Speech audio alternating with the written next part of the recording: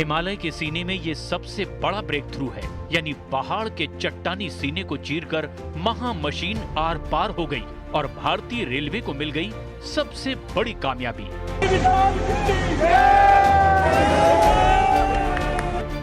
उत्तराखंड के ऋषिकेश में जिस टनल में सबसे बड़ा ब्रेक थ्रू हुआ है, वो 4 धाम की यात्रा के लिए मील का पत्थर साबित होने वाला है, क्योंकि करीब 15 किलोमीटर लंबी ये सुरंग देश की सबसे लंबी ट्रांसपोर्ट टनल बनने जा रही है, जो जम्मू कश्मीर और हिमाचल प्रदेश की मौजूदा रेल और सड़क सुरंगों को पीछे छोड़ देगी। ऋषिकेश से लेकर कर्णप्रयाग की दूरी जो टनल का काम चल रहा है, ट्रैक का काम चल रहा है, वो 125 किलोमीटर है। और अगर ये टनल ना हो तो लोगों को 300 किलोमीटर यानी कि 2 गुने से ज्यादा दूरी तय करनी पड़ती है। और सोचिए कि उसके लिए लंबा वक्त भी लगता है और ज्यादा पैसे भी लगते हैं। ये कह सकते हैं कि भारतीय सेना के लिए भी ये महत्वपूर्ण ये ट्रैक बिछाने का काम किया जा रहा है और उसी दिशा में ये टनल लगभग कंप्लीट हो चुकी है। तो फिलहाल भारतीय सेना के लिए और भारत और चाइना बॉर्डर तक पहुंचना आसान हो जाएगा। उत्तराखंड में फिलहाल रेलवे की लाइन ऋषिकेश तक ही जाती है। उससे आगे 4 धाम और दूसरी जगहों पर जाने के लिए सड़क मार्ग ही एकमात्र रास्ता है। लेकिन रेलवे की ऋषिकेश कर्णप्रयाग रेल परियोजना के पूरा होने के बाद रेल का सफर कर्णप्रयाग तक मुमकिन हो पाएगा। परियोजना पूरी होने के बाद ये रेल लाइन ऋषिकेश, शिवपुरी, बाईसल, देवप्रयाग, जनासू, मलेथा, श्रीनगर, धारी देवी, तिलानी, घोरतिर, कोचर और कर्णप्रयाग को जोड़ेगा। खास करके तो वृद्ध लोगों के लिए सबसे ज्यादा सुविधाएं होंगी और जिनको मोशन सिकनेस होता है, जैसे गाड़ी में चलने वाली समस्या, उससे फायदा मिलेगा। और साथ में ये हम लोग के लिए कॉस्ट फ्रेंडली भी होगा। बिल्कुल इस चीज का बिल्कुल फायदा होगा। जैसे हम लोग इतना दूर से ट्रैवल करके आ रहे हैं, मोशन सिकनेस की भी बहुत प्रॉब्लम रहती है, तो उस चीज से भी ओवरकम हो जाएंगे और बाकी जो ट्रैवल का डिस्टेंस है वो भी थोड़ा कवर अप हो जाएगा, कम हो जाएगा। तो या it is very beneficial. Uttarakhand के कुल 5 जिलों को जोड़ने वाली रेल लाइन की इस महत्वाकांक्षी परियोजना में कुल 213.57 किलोमीटर सुरंगों का निर्माण किया जा रहा है, जिसमें 16 मुख्य सुरंगें 104 किलोमीटर लंबी हैं, 12 बचाव सुरंगें 97.72 किलोमीटर लंबी हैं और 7 किलोमीटर से ज्यादा लंबी क्रॉस पैरेस इसमें शामिल हैं। अब तक 195 किलोमीटर सुरंग का निर्माण का काम पूरा हो चुका है।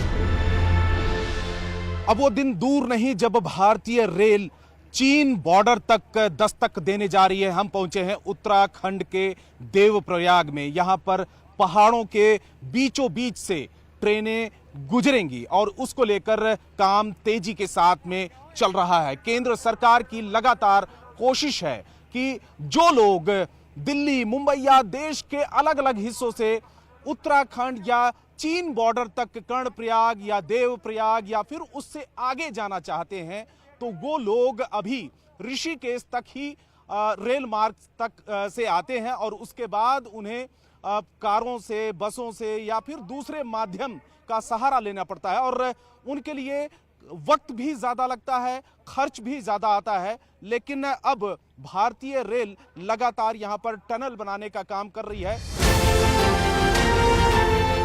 भारतीय रेलवे की ये परियोजना इस लिहाज से भी ऐतिहासिक है, क्योंकि हिमालय के क्षेत्र में भारतीय रेल ने टनल बोरिंग मशीन यानी कि TBM का पहला सफल प्रयोग किया है। हिमालय की चोटियों को चीरकर टनल तैयार करना कितना मुश्किल था, ये खुद रेल मंत्री से सुनिए। आज एक बहुत ही ऐतिहासिक दिन है। आज भारत की जो सबसे लंबी ट्रांसपोर्टेशन टनल है, 14.5 मीटर की, 14.5 मीटर की, किलोमीटर की, 14.5 किलोमीटर की, उसमें एक बड़ा माइलस्टोन अर्जित हुआ है।